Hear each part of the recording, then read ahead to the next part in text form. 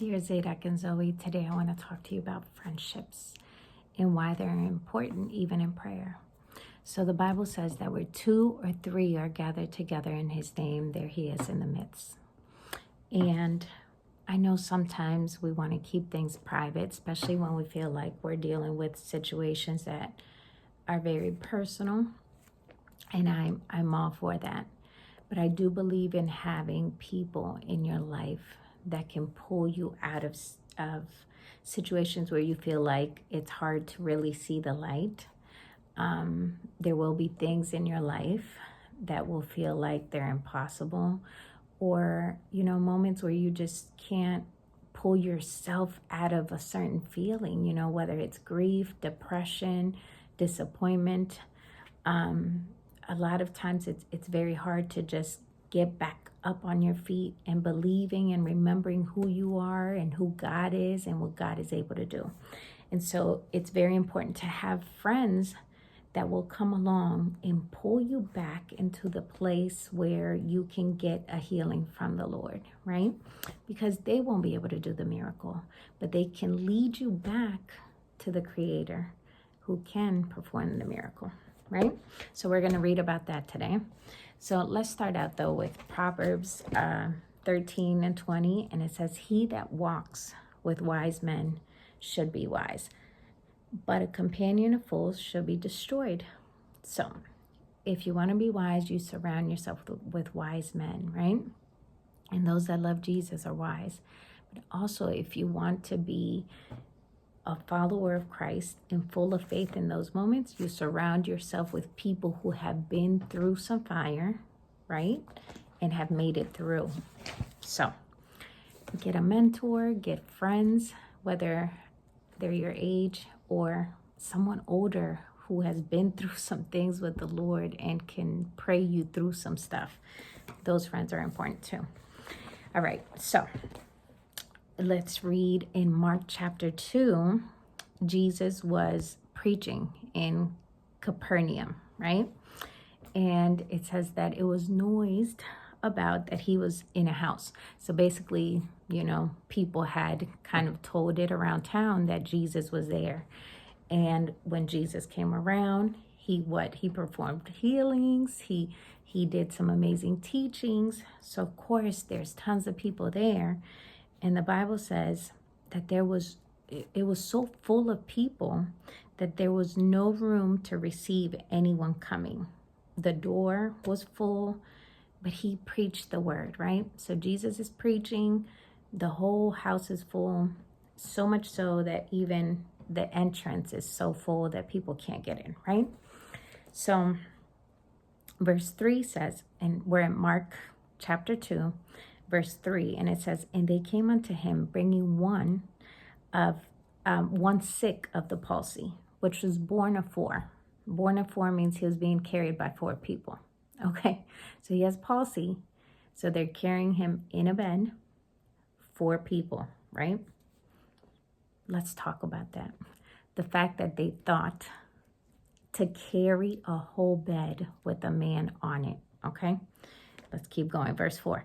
It says, and when they could not come nigh unto him for the press, they uncovered the roof where he was, talking about Jesus, right? They uncovered the roof of the house where Jesus was. And when they had broken it up, they broke up this man's roof. They let down the bed wherein the sick of the palsy lay. So let's talk about all this. Can you imagine the logistics of this? Which one of them said, all right, this is what we're going to do. The only way we're going to get him to Jesus is we got to carry him.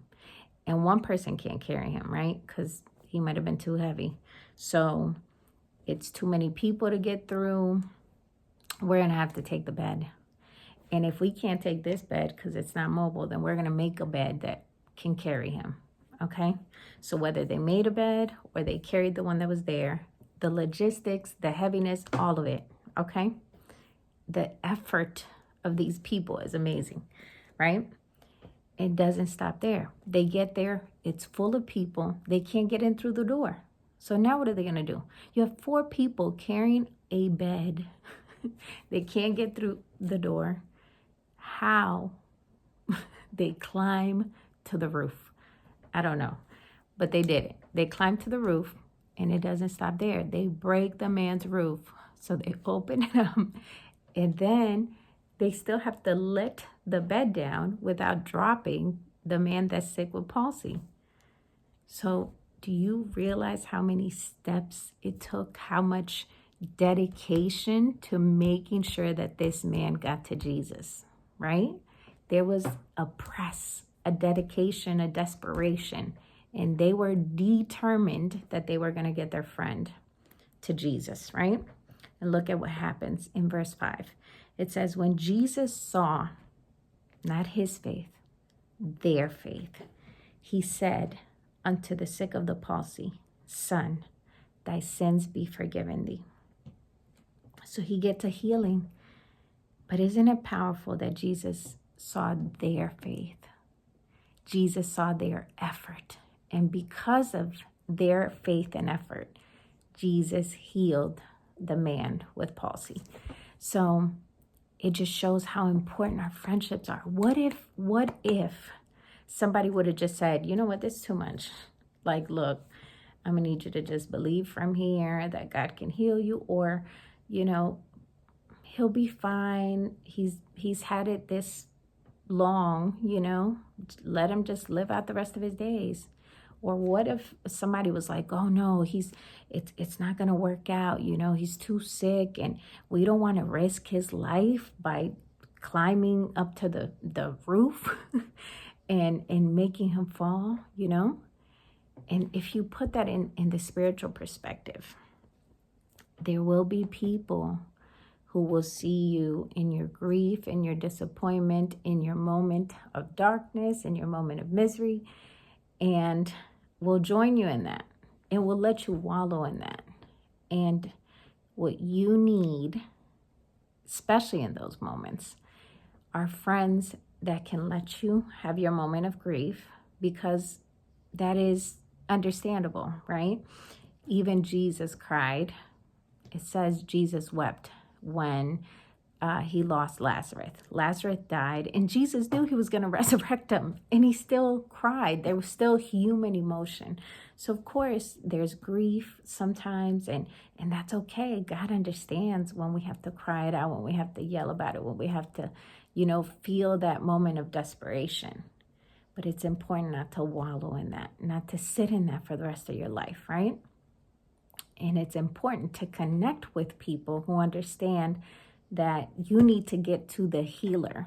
They can't give you your healing, but there is a man, there is a God who knows how to heal your heart, who knows how to heal your mind, who knows how to heal your spirit, restore you.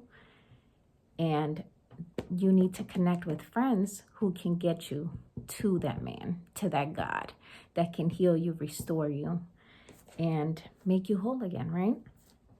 And just like this man's friends, their faith was part of him being whole again. It was part of him getting his healing.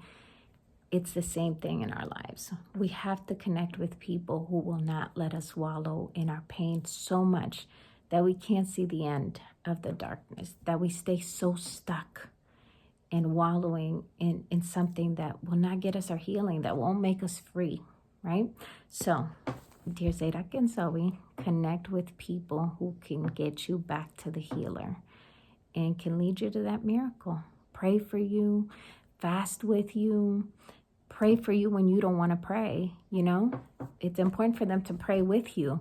But what about those moments where you just feel like, I don't want to pray today because I haven't seen it yet, or I'm not feeling it right now? Hopefully you don't have those moments. But in case you do, you need to be connected with someone who can remind you of God's goodness, who can remind you of what God has done in their life, what God has done in your life. Someone who can remind you of God's goodness, that God is able to do the impossible, that he can heal just because he's the same yesterday, today, and forever. You're going to need someone to remind you of those things in the dark moments. So connect with people, connect with mentors, connect with friends that will take you to the healer no matter what. Friends that will rip a roof off and will pull down a bed just so you can get your healing.